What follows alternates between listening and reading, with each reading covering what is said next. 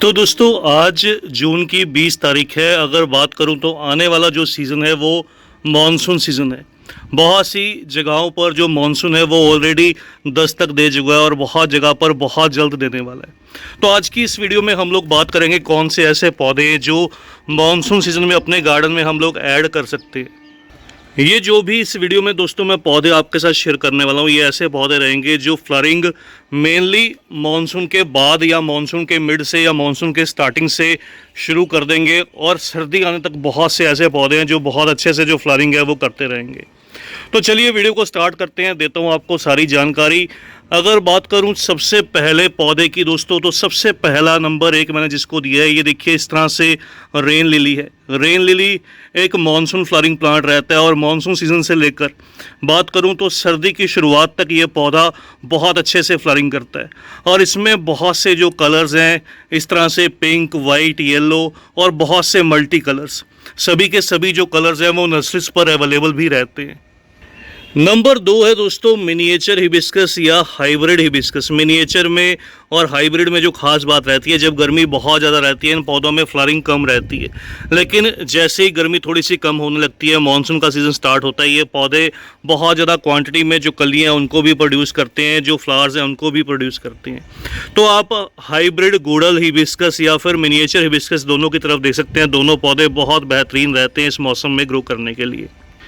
Number 3 है दोस्तों मोगरा का। मोगरा में भी 2-3 तरह की जो वैरायटीज़ हैं वो नर्सरीज पर अवेलेबल रहती हैं। आपकी चॉइस है, आप इसकी कौन सी वैरायटी को ग्रो करना चाहते हैं, कौन सी वैरायटी को पसंद करते हैं।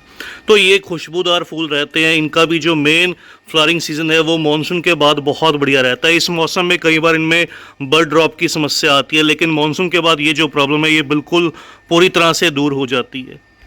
नंबर 4 है दोस्तों आलामंडा के पौधे। आलामंडा का भी जो मेन ग्रोइंग सीजन रहता है वो मानसून के बाद का ही रहता है। मानसून मिड से आप नोटिस कीजिएगा इन पौधों में ढेरों कलियां जो हैं वो डेवलप होने लगती हैं।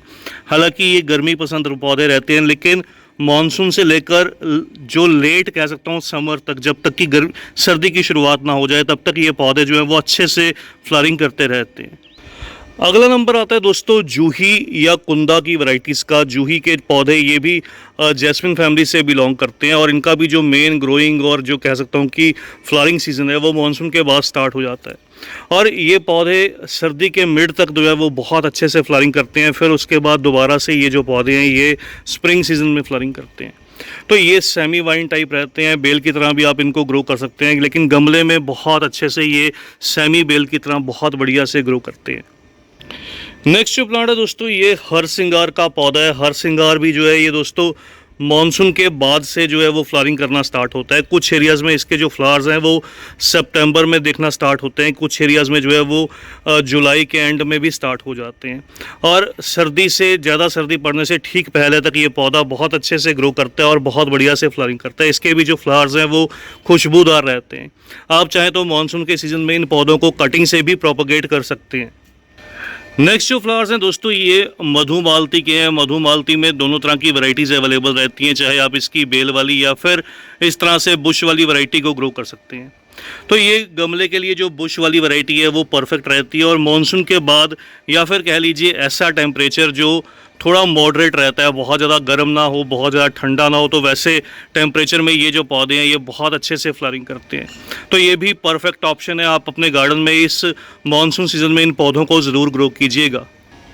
नेक्स्ट अगर बात करूं दोस्तों, नेक्स्ट जो पौधा रहता है ये इग्जोरा का रहता है। इग्जोरा को भी तेज़ गर्मी का जो मौसम है वो पसंद नहीं रहता, लेकिन जैसे ही मौसम थोड़ा सा चेंज होना स्टार्ट होता है, थोड़ा क्लाइमेट में ठंडक आती है, ह्यूमिडिटी हाई रहती है, उस समय पर ये जो इग्जोरा के पौधे रहते हैं ये बहुत अच्छे से ग्रोथ करना स्टार्ट कर देते हैं। तो आप इन पौधों को भी इस मानसून की स्टार्टिंग में ग्रो कीजिए, आपको जो रिज़ल्ट है वो बहुत ही बढ़िया मिलेगा। अगला जो नंबर आता है दोस्तों इस तरह से पर्सलेन या पोर्चुलाका के फ्लावर्स का है। आप चाहे तो पर्सलेन को ग्रो कर सकते हैं, चाहे तो पोर्चुलाका को ग्रो कर सकते हैं, आपकी पर्सनल चॉइस रहती है। और ये दोनों पौधे हालांकि गर्मी भर बहुत अच्छे से फ्लावरिंग करते हैं, लेकिन फिर भी जब बहुत ज़्यादा तेज़ धूप रहती है इनमें जो फ्लावर का साइज़ है वो इतना अच्छा निकल कर नहीं आता। लेकिन जैसे ही मानसून के बाद ह्यूमिडिटी हाई रहती है तो उस समय पर इनके जो फ्लावर का साइज़ है, जो कलर है, जो शेप है वो बहुत बढ़िया से निकल कर आती है।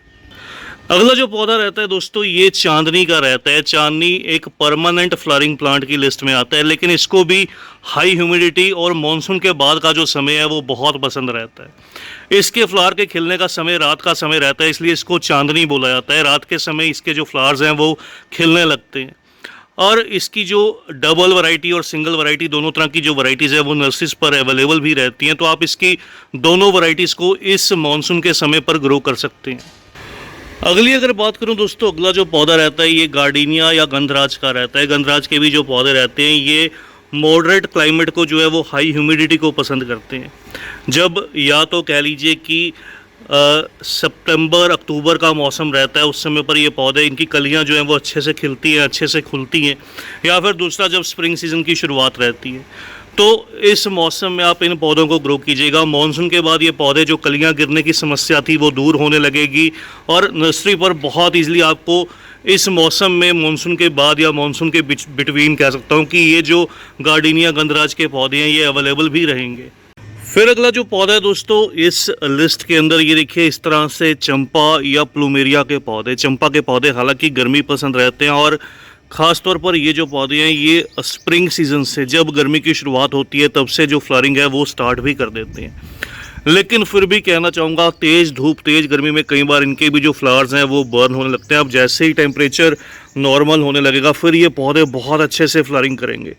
तो इसलिए इस तरह से जो चंपा की वैरायटीज़ रहती हैं आप उनकी तरफ भी देख सकते हैं। इनके भी जो पौधे हैं वो गार्डन में ग्रो कर सकते हैं। इनको कटिंग से इस मौसम में ग्रो करना बहुत आसान रहता है, तो इस पौधे की तरफ भी ज़रूर देखिएगा। अच्छा हार्डी जो ये प्लांट है। नेक्स्ट जो प्लांट है दोस्तों ये बिल्कुल एक कह लीजिए कि फाइकस की तरह दिखने वाला ये जो पौधा है इसको चाइनीज़ प्रिवेट बोलते हैं। चाइनीज़ प्रिवेट का ये प्लांट रहता है। इसमें भी जो फ्लावर्स हैं वो खिलकर निकलते हैं और बहुत हार्डी एक ये वैरायटी रहती है। इसका हालांकि जो बॉन्साई है वो भी डेवलप किया था, लेकिन इसके फ्लावरिंग का जो मेन सीज़न रहता है वो मानसून के आसपास का रहता है। तो इसलिए इस पौधे को भी इस मौसम में आप ग्रो कर सकते हैं, अपनी लिस्ट में जो है वो ऐड कर सकते हैं। बहुत बढ़िया एक ऑप्शन रहती है। नेक्स्ट जो ऑप्शन है दोस्तों ये करीसा करंदाज की है, जिसको करौंदे का पौधा भी बोल देते हैं। ये देखिए इस तरह से इसमें भी वाइट कलर में जो फ्लावर्स हैं वो खिलकर निकलते हैं, तो परफेक्ट ऑप्शन है। ये देखिए पहली बारिश के बाद ही इसमें कितनी सारी जो कलियां हैं ये बनने लगी। ये भी एक हैवी फ्लावरिंग प्लांट रहता है और इसके फ्लावर्स में खुशबू भी रहती है, तो इस पौधे को भी ग्रो कीजिएगा। बहुत खूबसूरत सी ये पत्तियों को लिए रहता है, बहुत परफेक्ट ऑप्शन है एक सनलाइट के लिए। और इस लिस्ट के लास्ट में जो पौधा आपके साथ शेयर कर रहा हूँ दोस्तों ये टेक्सास सेज का पौधा रहता है। इसको प्राइड ऑफ चाइना भी बोलते हैं। तो इस तरह से टेक्सास सेज को भी आप ग्रो कर सकते हैं। बहुत ही परफेक्ट ऑप्शन रहती है आपके गार्डन के लिए। तो बस दोस्तों आज की इस छोटी सी वीडियो में इतना ही। वीडियो का एंड करते हैं। देखिए ये दोबारा से रेन लिली के फ्लावर्स के साथ देखिए इसके अब धीरे धीरे सभी जो फ्लावर्स हैं वो खिलने लगे हैं और देखने में कितने खूबसूरत भी लग रहे हैं। तो बस जल्द ही मिलते हैं किसी और नए टॉपिक के साथ, किसी और नई वीडियो के साथ। तब तक के लिए bye, happy gardening, take care.